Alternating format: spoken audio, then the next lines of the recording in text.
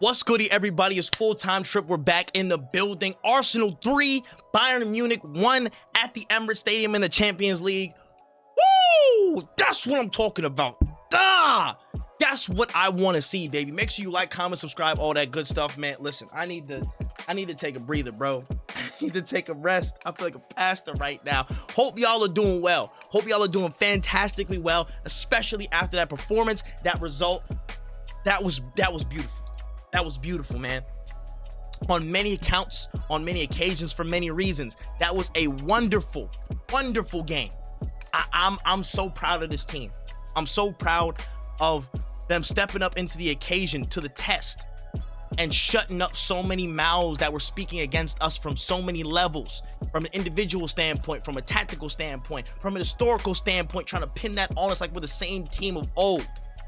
I love it. Top to bottom, man. 3-1. I can guess, again, all the goals that were coming through. Set piece from Julian Timber from a great delivery by Bukayo Saka in the 22nd minute.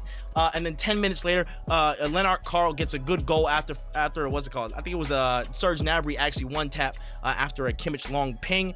Then we go into the second half. Great movements to win the ball back quickly in the 68th minute about there, and then Calafiori gets a great cross into the box, and Nani Madueke pounces on that to make it 2-1. And then right after that, about a few minutes later, Gabriel Martinelli gets a great win defensively. There's a quick 1-2 into the box. Eze spots the run. Martinelli takes a great touch, takes out a defender, takes out Neuer, and finishes deftly to make sure the game is dead at 3-1. And I don't want people to take this out of context. This is me being very ecstatic and energetic for the fact of how much pain Bayern has put us through the years. The standard, to me, that has always been the marker of how far away we are as a top club in Europe, as a top club in the world, by how much we have strayed away from the levels that we could be in beating Bayern. To me, they've always been a personal barometer of where we have been, because of the 5-1s, because of the Champions League defeats, because of the embarrassments, the Douglas Costas, the Robins, all those things, you know? And that's been a big barometer for me to say, where are we as a club? Where are we? Came up short the last time we saw them, but this time we did not have step. We did not have step in a very tight, cagey game. We're the best attack in Europe, given their numbers statistically, and the best defense. We took them to school. We took them to school, especially in that second half. Well, the first half was cagey. Well, the first half, again, they were trying to get their game plan off. We were a little bit more reserved. We found ways to stick in, to dig in, to nullify their plans, and to hurt them when it got there. And boy, did we do just that. From an individual personnel standpoint, almost entirely a great work from the lot, you know? And from a team standpoint, the tactics, from a managerial standpoint, the substitutions were great as well. We're going to get to Arteta's praise as well, because he damn sure deserves some today.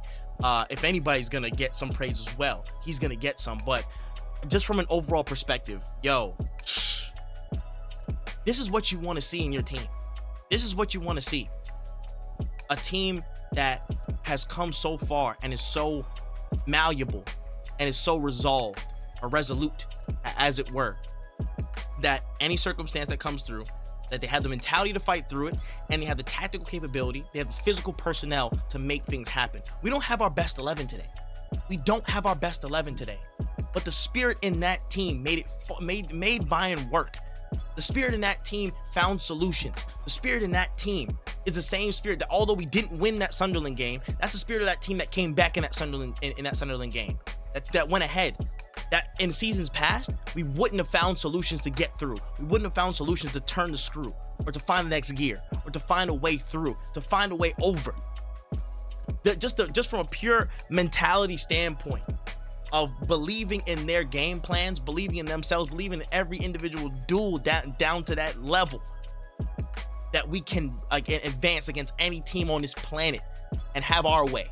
That is a testament to how far this squad has come, and I'm absolutely proud of that. Absolutely proud of that.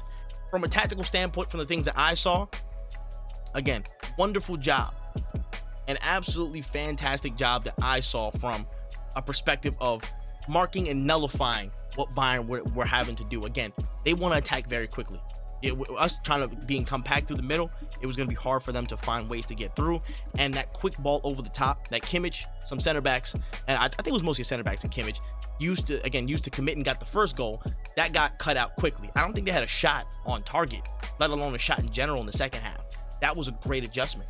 Fantastic adjustment from harrying anybody in that back line to not have too much time on the ball, to the willingness to press man-to-man in certain regards and be a little bit brave, to follow people like Harry Kane down to the depths of where he's going to pick up the ball and try and ping something into a pass to a winger and what have you. The bravery from all of these players to make things happen in that regard, that takes balls. That takes balls trying to face a team like this. And I'm super proud of that. Super proud of that. And then from an attacking standpoint, the impetus to get on the ball quickly, to up the tempo. The tempo is one thing that we were all clamoring out for in the beginning parts of the season and last season and whatnot. That's what tempo looked like. Tempo looked fantastic in so many different accords there. It looks really good. Again, also threat on the set piece, great. But in the open play, we're showing those shades of just the adaptability to get through, to find breaks, to find little ways over, under, getting past. Like it's just fantastic. Just fantastic. We stayed patient, and when it was the time to break, we took every opportunity to speed up the play because we know physically they could not touch us.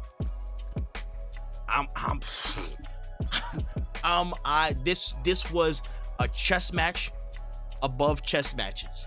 I'll give credit to Bayern Munich as much as I dislike them. They're a great team. From an attacking standpoint, they are fantastic, and they are, in a second, they can cause you danger in a second. But the way we shut them out of that game is absolutely fantastic.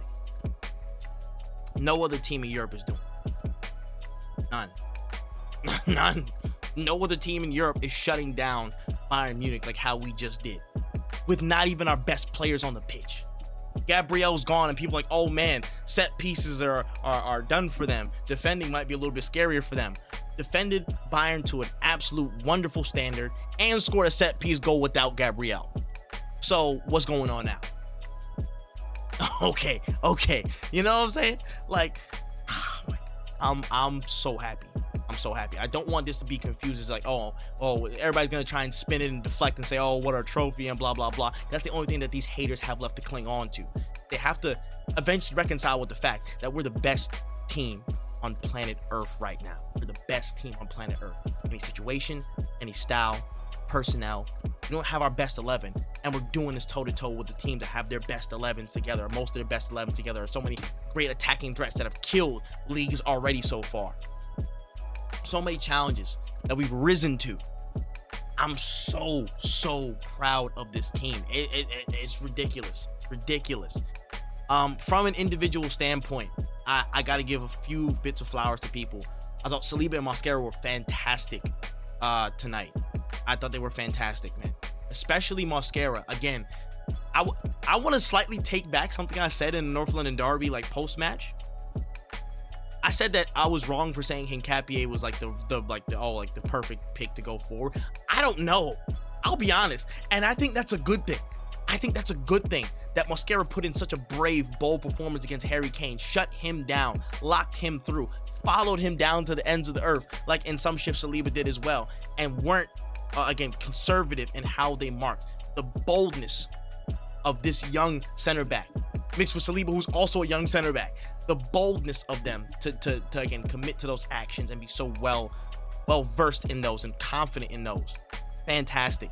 And for Mosquera's case, listen, at this point you could pick anybody across that center back court.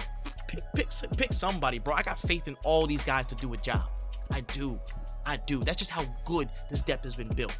Fantastic. Brick by brick. Love to see it. Zubimendi, I thought he was great.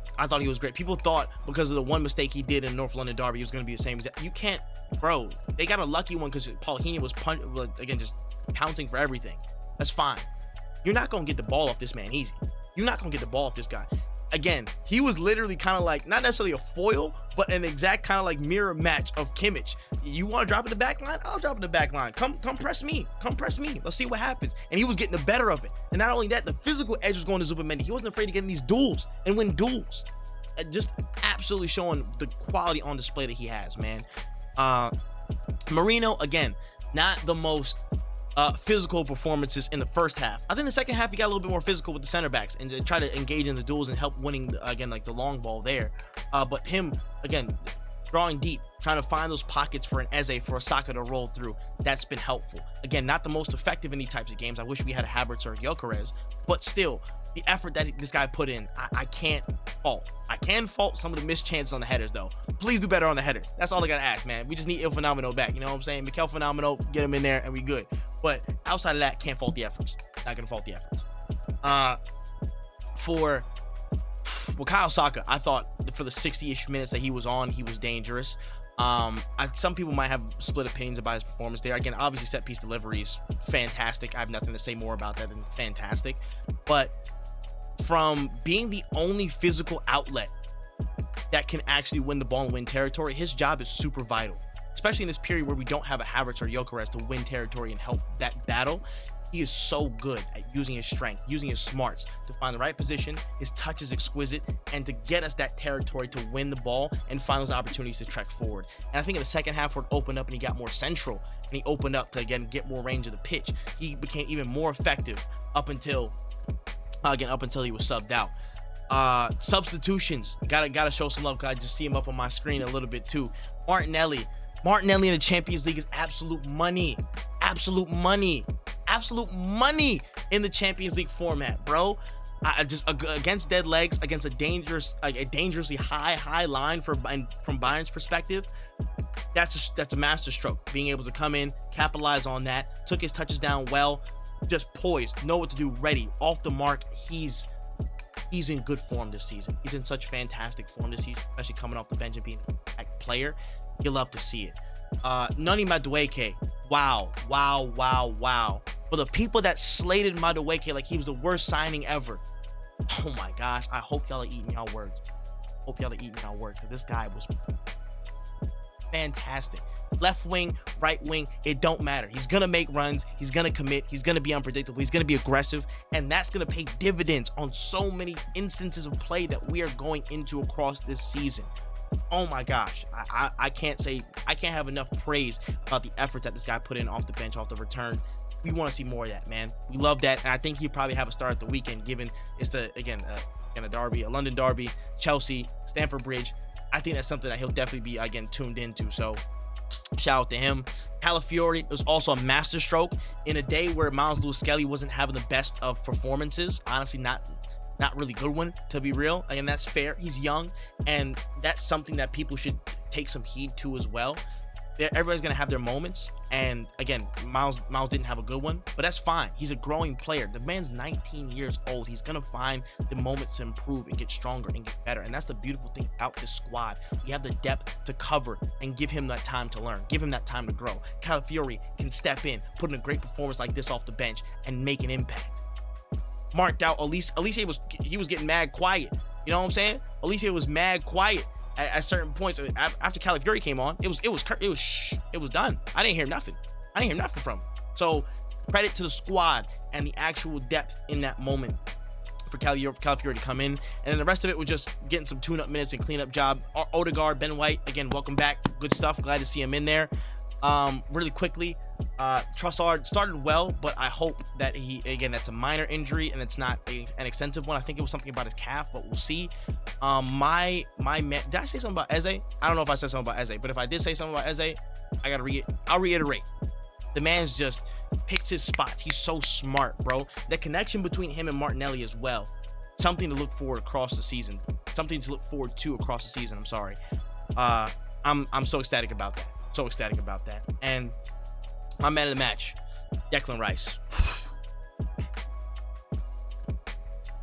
I don't even want to say too much, man, because I'll save it for the 4 things that I liked about this game tomorrow. But wow, what a player to do what you did in the North London derby and then muster up the strength to not only play well in this match, a big match against Bayern, but to absolutely boss it and be the catalyst for so many moments from a defensive perspective, especially from an offensive perspective. One thing I was looking for as well is who's gonna try and carry the ball a little bit more, maybe upset the structure that they might have. Declan Rice, fault, just wonderful engine, wonderful drive, and just the quality to spot danger, to turn that into momentum for us, and they can help us win. I'm in awe. This is the best midfielder on earth right now. I don't care. If you can go into a rivalry game, a derby game, and put in that performance, and then 3 days later come into a major European game, major Champions League game against the top 1 and top 2 teams in Europe, and put in a performance like that, absolutely boss that. And you're already thinking, damn, I got to make sure I lock in because Sunday is going to be serious. If he can close the loop on that, he's the best midfielder. The best midfielder, man. There's nothing more to it. Sorry. And real quick before I go, give Mikel Arteta his flowers. Yes, you. I'm looking at you right now on the screen. You that are watching this video. Give Mikel Arteta his flowers. For a man to build through pain after pain, from starting from a damn near dilapidated position to building us up to this point where we are beating teams without our best 11 to this degree, out-muscling them, outgunning them, outsmarting them, having game plans for so many things, fighting through injuries. Give him his flowers. He's one of the best coaches in the world. And when he wins his titles at the Arsenal, when he gets his just due from a trophy perspective, the rest of them will finally understand. And they'll hate, so they'll probably delay it. But as Arsenal fans, which I think most of y'all are watching this video, y'all can at least be honest. Put your hands up and say, this guy is damn good at what he does. Learning, not perfect, but damn good at what he does. That's all I got to say on that, man. Let me know what y'all thought about the game in the comment section below. There's a lot to break down. I'm going to try and be in a Twitter chat or something like that tonight after I post this video, but there's a lot of stuff to break through, and we got Chelsea at the weekend. We can cap off a perfect weekend with the win at Stamford Bridge. This could be big. This could be a big week for us, and I'm excited. A little nervous, but I'm way more excited and just happy than I am nervous. So we're gonna see what happens. Let me know what you loved, what you didn't love, goals, all that stuff. Let me know in the comment section below, and let me get up out of here and edit all this stuff. But my name is Full-Time Trip. That is all the time that I got. But until next time, till we see each other again, man. COYG. Come on.